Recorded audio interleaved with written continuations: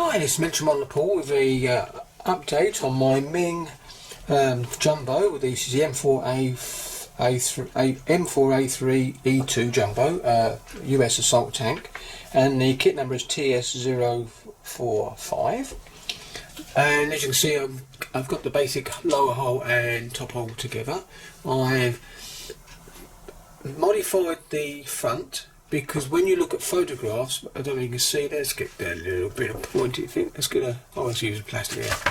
This bit here, there's a gap and a gap there. And when you see the photographs, so there's one photograph I've got in the book, I've got the Sherman book, when it's coming across a flooded area, and you can see a definite bit of the armour down here, where the actual front mudguards or fenders, whichever way you want to call them, are down slightly lower, and they come along the side. Another thing I've done is I've used the kit part on this bit of shield here and bit of shield there.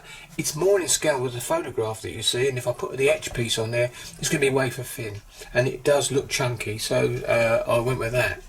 I'm also going with the handles on the back, and if I can see it, I might be able to get a bit on there and there now if I zoom in.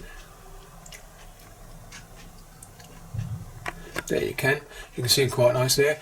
These actual fenders hit the handles here are plastic, but they are very fine. And what I did is I cut them using my God hands snips, and got as near as I could to it, and then used a sandpaper to actually to skim across the top lightly, very lightly, and it cleared up the actual attachment points. So that's going. I'm going to use all those handles so they actually look more in scale and a bit 3D. So I'll come away a bit. There you go. So you see I've got the wheels done as well. Also, if I just leave it like that, I've done these as well. Do this. And very nice they are too. They actually all got the springs on, as you can see. Independent springs. Really nice. And again, I use these because when you look on the Sherman, this bit looks quite chunky anyway, so and I didn't like the thinness of the other one, so I've done that as well. I've used those, so I'm quite happy. They're all done and ready to go. Oh, you can see the actual metal spring inside there. There you go. Very nice. And that's good, but nice bit of detail. I tested the idler, the front sprockets in there with the rubber tracks to make sure that there was clearance between these new mudguards, and there was, so that's okay.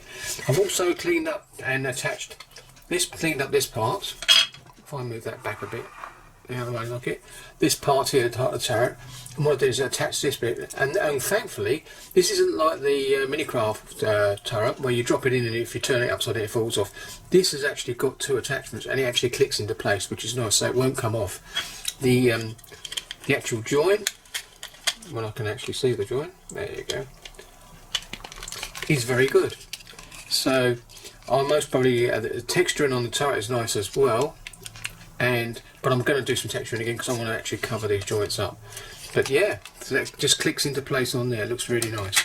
So that's where I really am at the moment. I did do the back, and I ended up gluing this in position.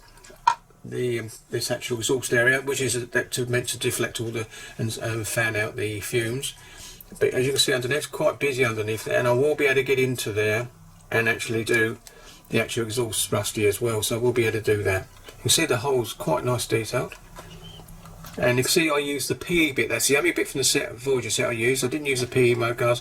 I just felt the detail wasn't much different, but these being plastic and super glued to there, it's going to be a lot stronger bit. I think you can see what I mean by the drop down. Quite nice. So I'm going to be carrying on with that. My tracks arrived, and I think I showed the duck bills earlier on. There's the duck bills. They're separate. You have to buy a separate kit. It's quite nice. Duck bills. And then you get this kit, and you've got the black rubber segments inside. I don't know if you can see that. Oh, let's get it out. These are actually made of resin, but black resin. And there they are. They're the blocks. I think you can see them quite nicely, so that's going to be interesting. That'll be possibly after I've done a bit of PE on the top and a few more bits and pieces. I'm going to most probably build those. Don't know how long it's going to take. Never built one like that before, so be interested. So there you go. So that's where I am on my Jumbo at the moment.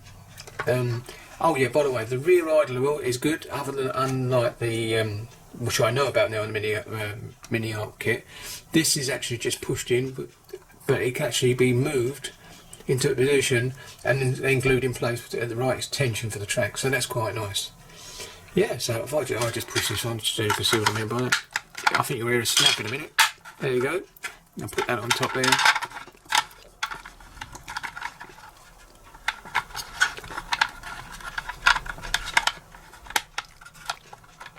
Once it lines up. There you go. And there she is, and if I pull it up a bit, you'll see what I mean. That's quite nice. I'm quite happy with it entirely. It's coming along nicely. I'm not rushing, but yeah. Thank you very much for watching this quick update, and next one hopefully you'll see a lot more of these are good. And the good thing is I don't have to glue these running bits on because they've got their attachment points. I should put a bit of masking tape or masking fluid over these bits so I can actually paint these and then do the rubber tyres separately as well. So there you go. So that's it then. So that's the end of this short update, and thank you very much for watching. And this is Miniature Model out, and look after you and keep safe. Happy modelling.